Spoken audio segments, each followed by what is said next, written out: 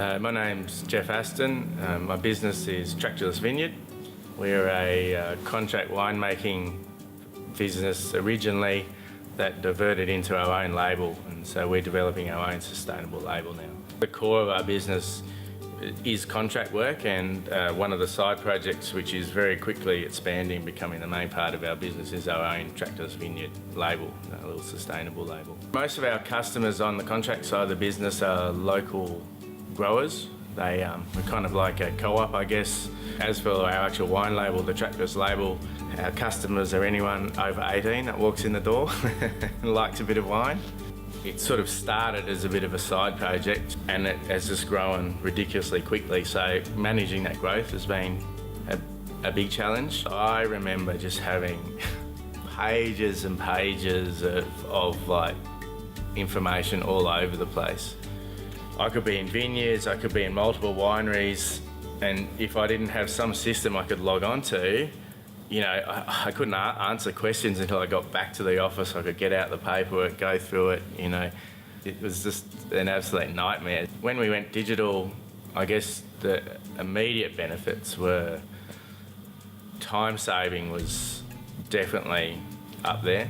There's some aspects that, you know, yes, you still actually have to enter the data and you think about, wow, I didn't have to enter it before. But if you didn't enter it before, or you didn't write it down before, you didn't have it, and it's important to be able to look at all those records and pull them up. And, you know, being in the alcohol industry with all the taxes and all the ins and outs of labelling and that sort of thing, it's actually now almost vital to have that information, which I don't think, I just don't know how we did it before.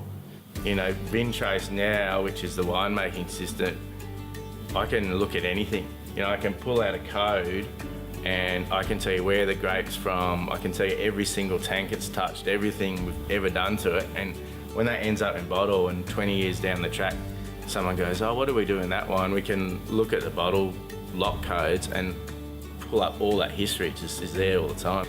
Over the next few years, we will be taking the business outside of Australia. Luckily, some of the software will work internationally and work in different countries. We're hoping that the bits that don't will be in a similar stage of growth that they may want to start looking to expand their businesses. A lot of the software we use has actually been developed in Australia, and so we're almost growing with them up, and hopefully the software will keep up with us. Going digital, I obviously just can't speak enough about it. I think it's, these days, I think you're silly not to. I have people that come in that aren't digital, and it almost annoys me. Even to the extent that I get in the mail, like an invoice. So why can't you email it to me? Oh, we don't. What do you mean you don't do it? Come on, we're in the 20th century. You've got to email it. You know, it makes everyone's life so much easier. There's nothing negative. Yeah, there's challenges to it.